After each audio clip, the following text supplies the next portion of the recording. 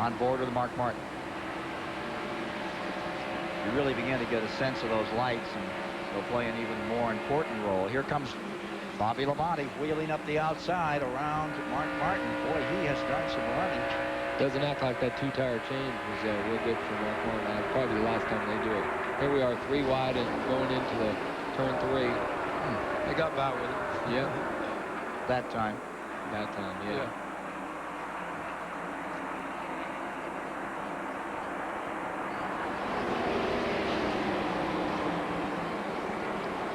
So Shepard has put the Wood brothers Ford back in the lead. He had started 10th on the day.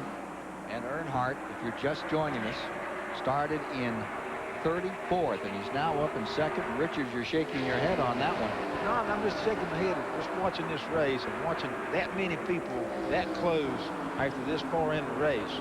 And they're racing like there's no tomorrow, you know what I mean, which is great, you know what I mean. I know all of them feel good about it, and it's great to watch. You know, from that standpoint, this, like Ernie said a while ago, this is what Winston Cup racing is all about. Is when them cats run side by side and somebody passes them, you don't just let them go. You go back. If you get a chance, you pace him back, and it's just back and forth, back and forth. 17 cars remain in the lead lap. Jeff Gordon in and out several times. Let's go to Dick Berggren. Well, Mark Martin took just 2 tires on that last round of pit stops, Ken. Steve Beal, is that what's causing the car to drop back? Only 2 fresh ones? Yeah, you know, we weren't really strong enough to drive to the front and lead the race at that point. We thought we only had 16 laps on the tires. We just get 2 and get our 5 points for leading.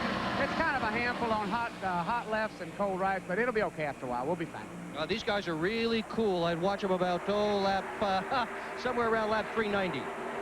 Well, if they're cool, this group here certainly isn't, right, Ernie? I tell you, Look at this racing. These guys are cool. They're really standing on the gas. And I think these drivers are trying this hard this early in the race because the main thing, everybody's wanting to lead, and everybody's wanting to prove to their sponsor that they're doing a good job. And the man that's leading, what would you expect here in Earnhardt country? That's every day. I mean, Dale Earnhardt, you know, they pay for the end, but he thinks they pay for every lap, and that's just his philosophy. If they run the lap, he wants to lead it. That's right. Yeah. Take a look at this move as Dale Jarrett sinks his teeth in and goes after Morgan Shepherd. He seems to have it together right now. He's been really, really good. Like I say, he's just sort of picked his way through a little slow at a time and all that stuff. And then they got to working in the pits and got him behind a little bit. But now he's been able to kind of make it back up. So looks like he's taking it cautious. He didn't just drive on down under that man because he knows that back end can take off if he gets in that right direction. All of that for 2nd place as Earnhardt leads. Sterling Marlin back to 2nd. Dale Jarrett falls back to 3rd. Rudd is in 4th. Just behind him, Schrader, Waltrip, Terry Labonte. Mark Martin just on the tail end of that group, holding 9th. They continue to shuffle those positions. Martin picking up a little steam here. Up front, there's the interval between 1st and 2nd as Earnhardt tries to win it again.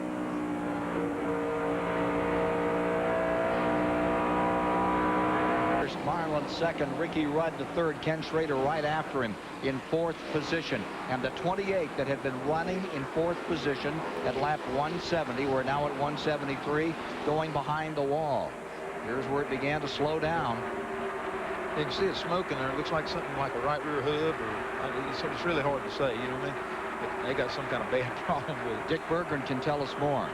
The problem, Ken, is a right rear hub that has apparently almost completely seized up. What Jarrett came down pit road to be sure of what it was, Larry McReynolds actually jumped over pit wall way up the pits and lay on his stomach on pit road to see what had happened. Right now, NASCAR has just told them move the car forward. McReynolds is unhappy about that. They want to make this change as quickly as they possibly can. They've just lost some more time. Jarrett, a heartbreaker, losing the right rear hub after leading the race. 175 laps complete, 262 miles this time by. I tell you, you just don't really lose a right rear hub. It's got to be something, you know, a little bit different. I mean, you know, Richard, the pieces are made so well now that You No, just don't all of a sudden lose one. Yeah, like you say, that's, well, that you will lose one sometimes. The deal is everything is so precise. They fit those deals. They do it every race. They change all the bearings and all this stuff. And all it takes is just one little mistake or one piece of dirt or anything in that thing, and then it wipes itself out. And that's probably what happened in this deal. Dick Berggren. Well, I got a question for Ernie Irvan. Ernie, this is the same car you drove in the fall of 1993 here, led all but 6 laps, went on to win the race. Remember that day here at Charlotte? Yeah, I tell you, I remember that day. I told Jeff Gordon, I bet him the other night that he couldn't lead as much in 600 miles that I led in 500 miles. So obviously he's not going to do it. No, he's back. On your bed, right? Right. He's 35 laps down. He's back out on the track. And Gordon is being shown in 37th position right now. That was all just in fun. You know, me and Jeff were talking, and you know, that was a great day for us. But you know, we got a heck of a race going on here. And you know, it doesn't really matter what I did a year ago and what the King did 2 years ago or whatever. But, man, we got a heck of a race going on. Indeed, right at the moment, you've got Sterling Marlin closing in on Earnhardt for first place. I tell you what, I've been timing these cars, and it really doesn't make any difference who's leading the race. They're running about the same speed. But you can tell that by looking at the group. It's just, you know, 10 or 15 cars staying pretty much where they're at. The deal is just that they all running the same speed, and it's just whoever gets the right tires makes a better pit stop than another, and that's the position they're on the track. I tell you, that's what I saw yesterday in practice. I mean, you know, clocking cars. I mean, there would be a lot of cars that would run 31 or 30, 50, 30, 60, just all time. I mean, you know, 20, 30 laps. And that's what Richard's saying is most of the cars in the top 10 are running the same speed. 143.1 up there at the average speed for the race, present time. And we're beginning to hone in on halfway. 180 laps of 200 complete. Gordon is coming back on pit road another time. His game, he's still out there trying to score points and stay up in the standings, but he's well back and off the pace. Last year's champion. Jeff Gordon having trouble early. Earnhardt from way back in the field. Nobody's come from further back than 20th. Right now, he's come from 34th to be in command. Riding now with the Exide Batteries car, number 7. Jeff Bodine back in 29th spot. Trying to get himself any kind of a race these days.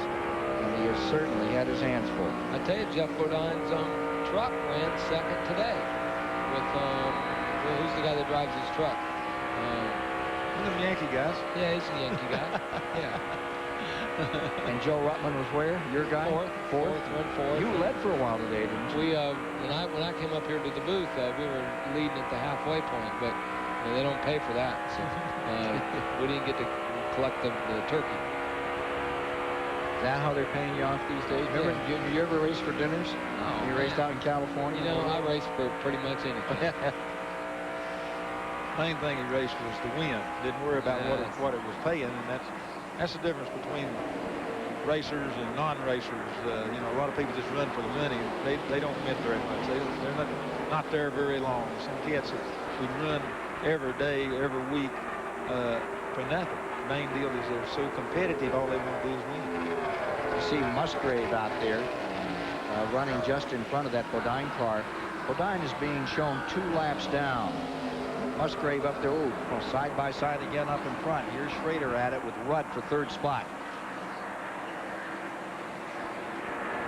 We saw Musgrave in that picture a moment ago. He is being shown 23rd, a lap down.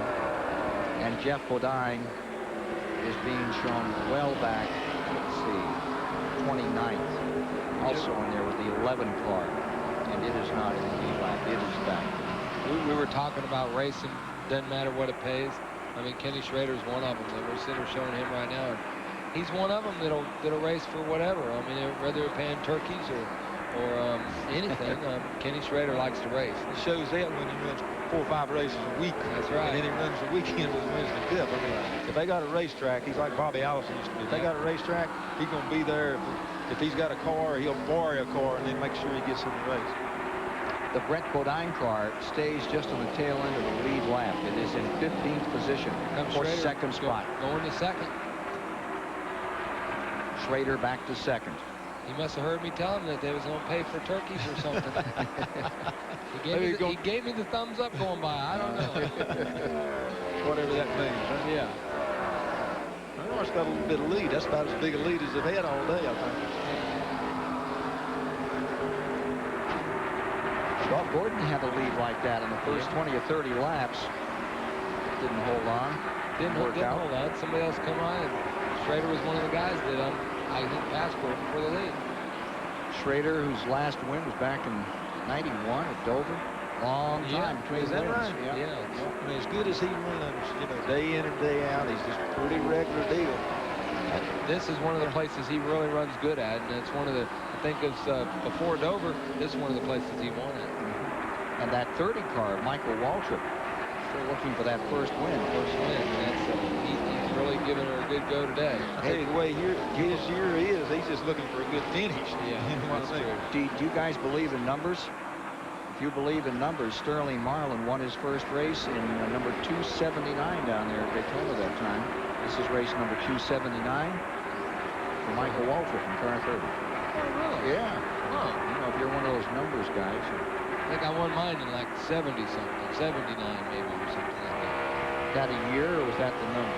Well, that was that when we're talking about Petty now. I'm not that I'm old. further back than that, man. Try 1959 or 1960. Richard won his first race in 1959, we say. That was the year I was born, so we're talking about numbers. Talk about Jeff Bodine here for a moment. He tries to move under Brett Bodine, who was running 15th with car number 11. We've seen them two before. Yeah, right. Hello, Indy. We're going to take a break and be back. We're at lap 189, folks, in the Coca Cola 600, as Earnhardt is where he so often is, right out in front. 600, and Ken Schrader has just assumed the lead. He swept around Earnhardt in number 3 to go back up in front. The Chevys are running first and second. Take a look at this pass that made the difference. Give Schrader that lead. Just motored on by. He's motored on by, motored right down in the corner, and then moved up in front of watch. They didn't show it all, but anyhow, he moved up in front of Earnhardt, so Earnhardt couldn't get a run start back at him. Full Earnhardt deal on him. Yeah, but he cut off Earnhardt's traditional move to come back down. He held him right in there. And that's where they stay right now, and Rudd closes up in third. Coming to halfway.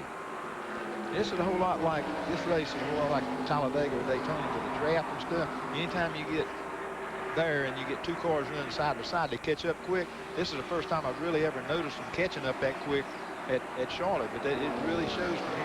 Well, you saw Jeff Gordon has now stepped out of the car, back in the garage area, and he has retired from the event, I believe. We're waiting for the official word from NASCAR that they've packed it in on car number 24.